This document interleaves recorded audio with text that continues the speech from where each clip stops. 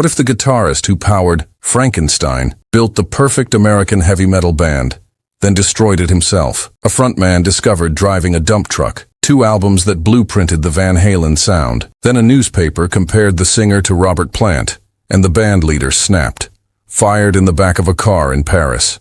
The discipline that forged legends became the cage that destroyed them. This is Montrose, the band that imploded at the exact moment they should have ruled the world. Phase 1, The Craftsman, late 1960s, early 1973. Long before Ronnie Montrose became a band leader, he was building something that looked ordinary on the outside and ruthless on the inside. A reputation as a session professional who could adapt to any style and deliver precision under pressure.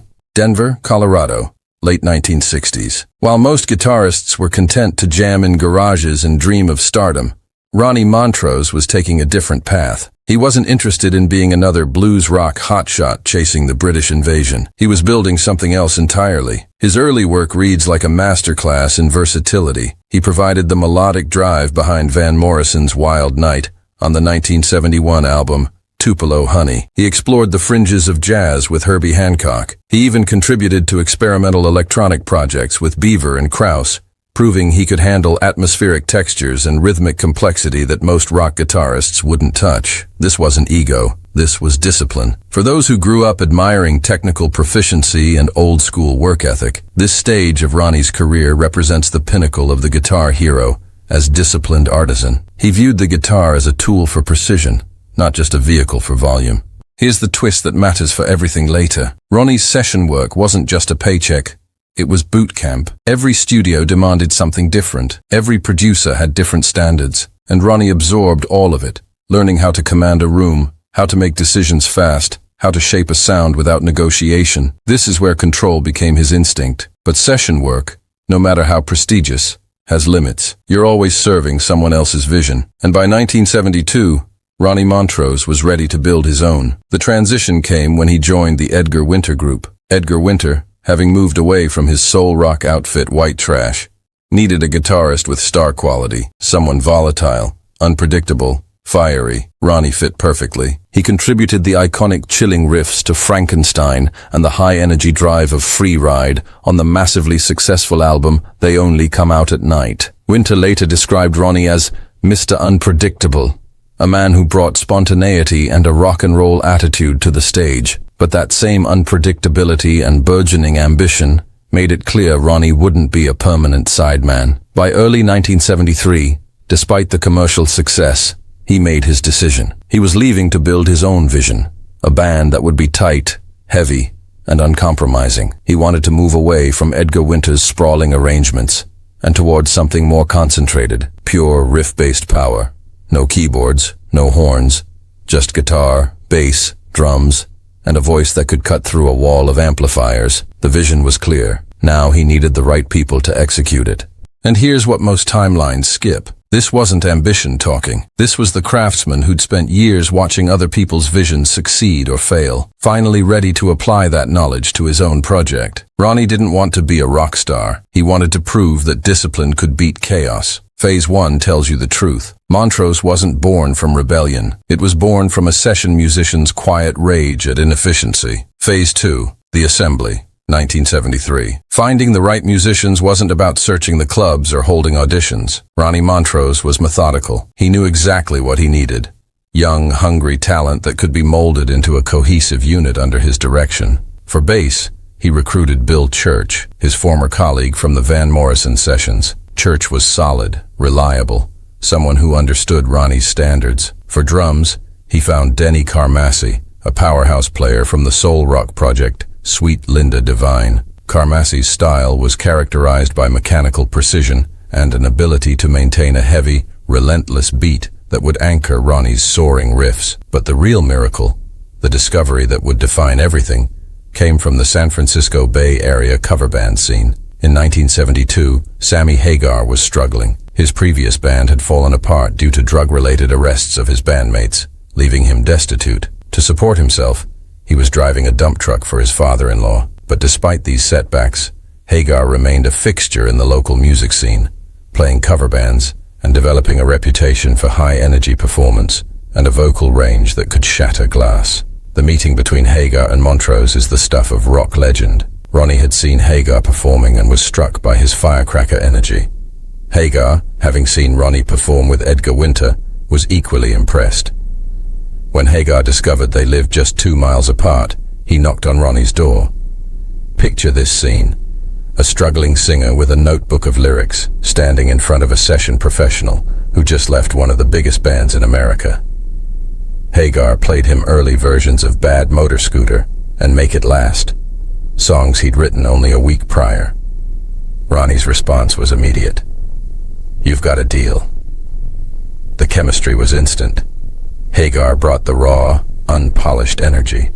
Ronnie brought the discipline and the industry connections. Here's the twist that reshapes the entire Montrose myth.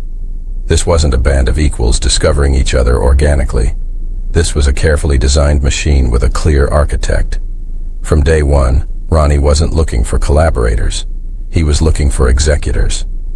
The group made their public debut on April 21st, 1973, with a 45-minute radio broadcast on FM's Tom Donahue show.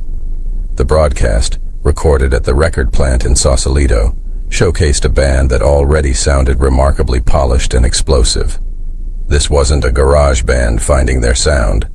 This was a professional operation from day one.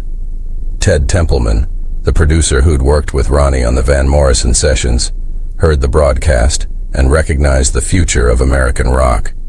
He helped secure a record contract for the band, and suddenly Montrose had the resources to make their vision real. And that word, vision, is critical, because it was singular, not plural. The others didn't know it yet, but they'd just signed on to execute someone else's master plan. Phase 2 looks like a band coming together. In reality, it's the moment a power structure locks into place, so fast that nobody has time to question it. Phase 3, the debut, October 1973. When the self-titled Montrose album was released in October 1973, it represented a seismic shift in American music. At a time when British bands like Led Zeppelin and Deep Purple were the standard bearers for heavy music, Montrose delivered an 8-song collection that felt more direct, punchy, and modern. The sonic identity was forged through innovation. Ronnie primarily used a Gibson Les Paul run through a Fender Bandmaster amplifier and an Electro Harmonix Big Muff fuzzbox. This setup produced a saturated, thick tone that maintained clarity, a sound that some critics would hail as the first American heavy metal album. Ted Templeman's production philosophy was essential. He preferred a dry, in-the-room sound that highlighted the interplay between the 4 musicians. The album was recorded quickly, capturing the raw chemistry of a band that had barely gigged together before entering the studio. For listeners who discovered this album late at night on FM radio, these tracks became sacred. Rock the Nation opened with a blazing sound and heavy cowbell work from Carmassi. Bad Motor Scooter became one of the most famous motorcycle-themed songs in rock history, with Ronnie using his guitar to mimic the sound of a revving engine, a trick that became a staple of their live show. Then there was Space Station No. 5, a proto-metal epic that combined sci-fi lyrics with aggressive tempo shifts. Ronnie utilized a joystick-like device on his guitar to create distorted space-age sounds that reacted to the heat of his hand. It was innovative, theatrical, and unlike anything else on American radio. But the song that would define their legacy was Rock Candy. That slow, stomping riff became a template for arena rock anthems. It was the sound of American hard rock finding its identity, not trying to be British blues,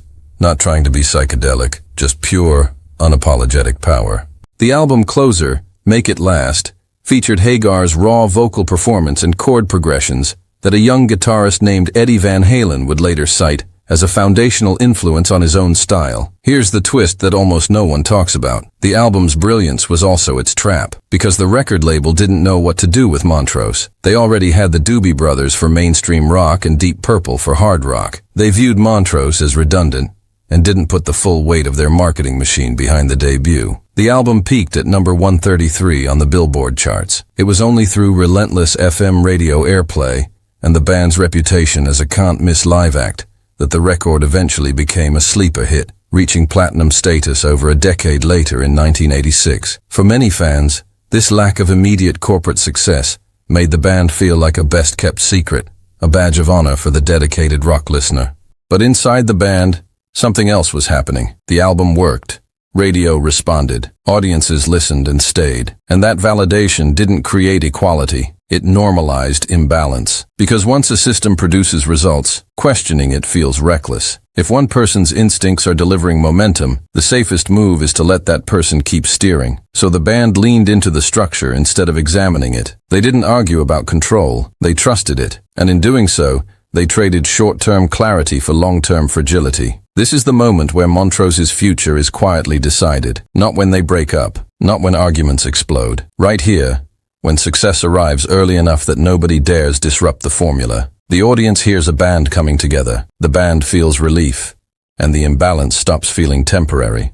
From now on, every hit will reinforce this model. Every win will make it harder to challenge. And the next phase will turn proof into dominance. So fast that no one has time to ask what it's costing them. Phase 4. The Road. 1973-1974. Following the debut's release, Montrose hit the road with a vengeance. They opened for some of the biggest names in the industry.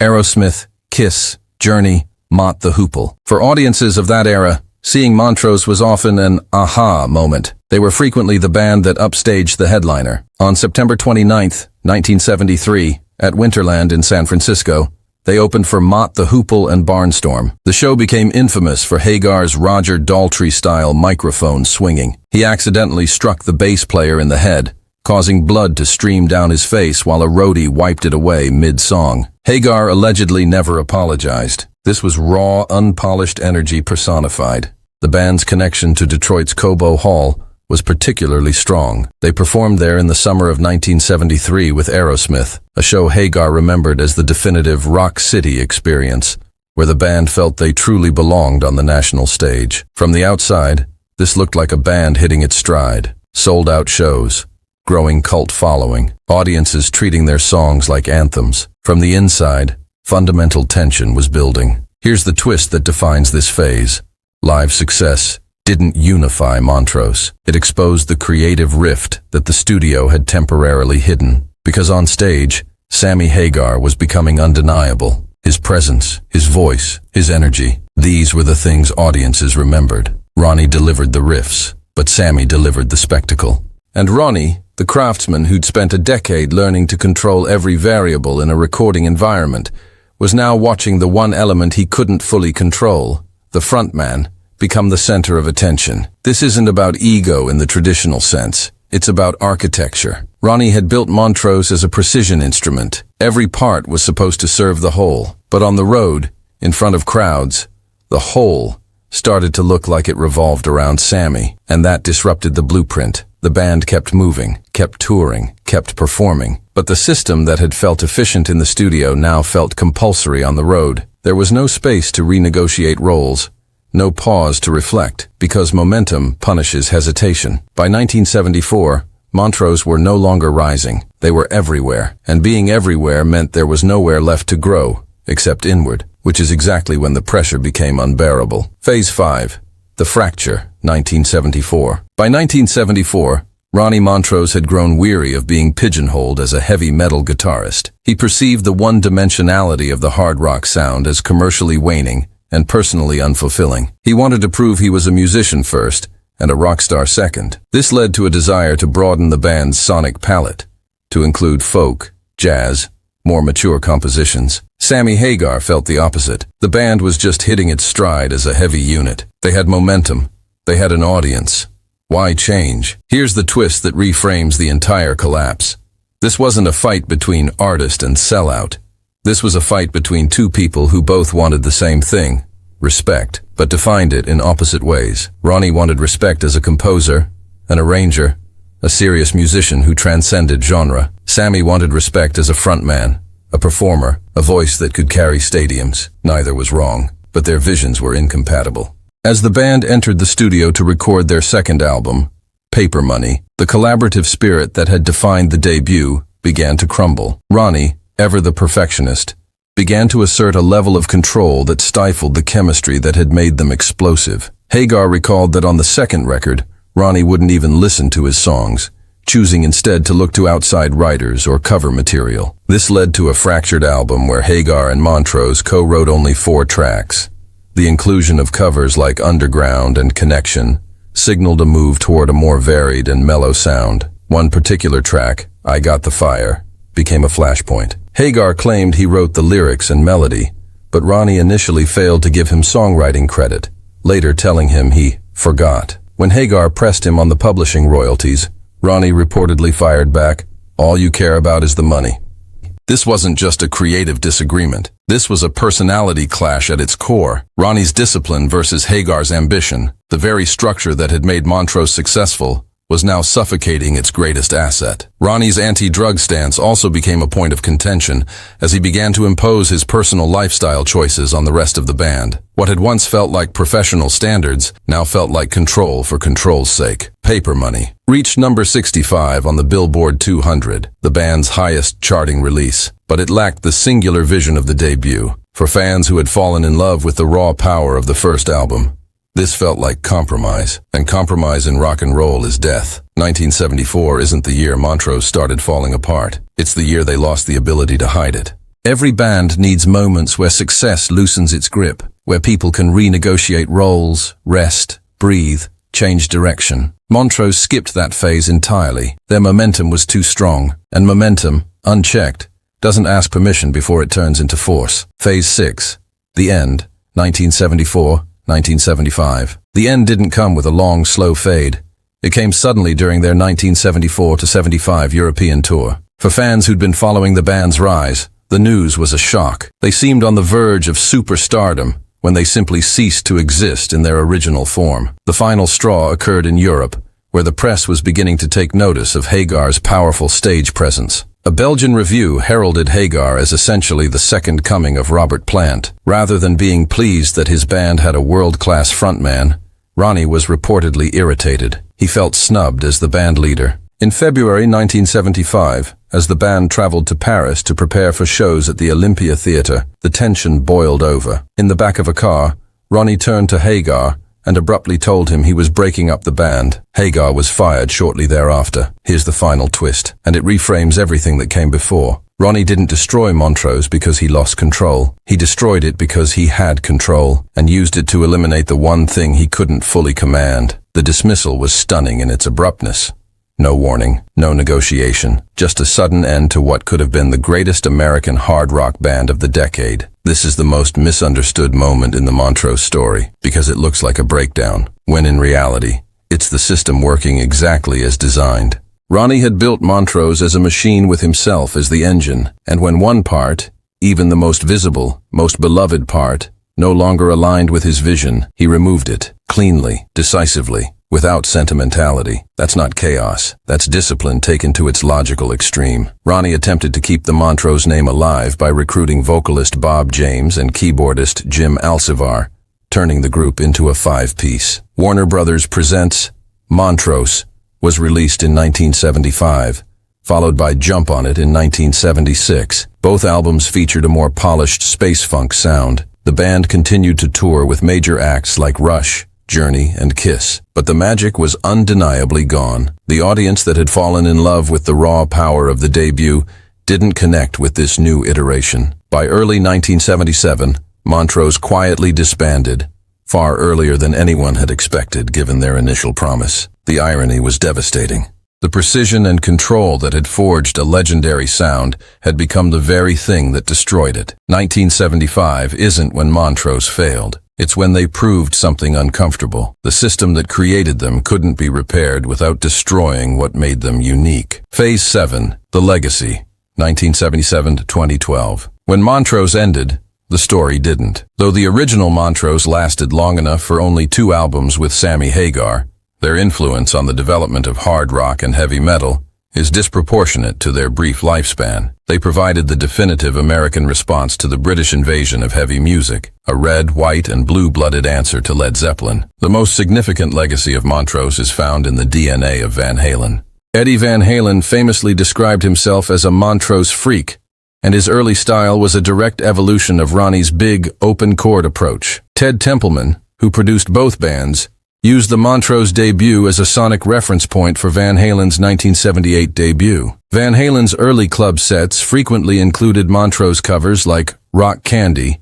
and Make It Last, The eventual hiring of Sammy Hagar as David Lee Roth's replacement in 1985 was, in many ways, the ultimate validation of the Montrose legacy. Hagar's solo career, often featuring former Montrose members like Bill Church, kept the band's spirit alive throughout the Red Rocker era of the late 70s and early 80s. Songs like I've Done Everything for You and There's Only One Way to Rock carried the same energy that had defined those early Montrose recordings. But the influence extended beyond American shores. In the United Kingdom, Montrose was highly regarded by the musicians who would form the new wave of British heavy metal. Iron Maiden recorded a cover of Space Station No. 5 in 1992. The band's clean, simple, and high-powered sound remains a gold standard for technical hard rock. Here's the twist that defines the entire Montrose legacy. They became bigger after they stopped existing, but smaller as human relationships. All four original members, Ronnie, Sammy, Bill, and Denny, reunited for a one-off recording in 1997 for Hagar's Marching to Mars album. It was a moment of reconciliation, proof that time can heal even the deepest wounds. When Ronnie Montrose passed away in 2012, the surviving members joined Neil Schon, Joe Satriani, and others for a special tribute concert, proving that while the band may have imploded, the respect for Ronnie's vision never faded. But the fracture never fully healed. Time didn't soften it. Success didn't erase it. If anything, the permanence of the legacy made reconciliation harder. You can't renegotiate the past when it's playing on the radio every day. So the timeline ends where most legends don't. Not in triumph, not in tragedy, but in permanence. Montrose didn't burn out. They locked in place. The music keeps rolling, untouched by time. The band remains frozen at the moment trust broke. Montrose proved that the tightest machines can break from internal pressure. They sounded like the future, heavier than the British imports, tighter than anyone on American radio. But the same discipline that forged their legendary sound became the cage that trapped them. Ronnie wanted control, Sammy wanted freedom, and rock and roll at its best can't survive in a cage. And that's why their story still pulls people in. Not because it's loud, but because it's unresolved. What's your favorite Montrose memory? Drop it in the comments. And don't forget to like and subscribe for more untold stories from rock's golden era.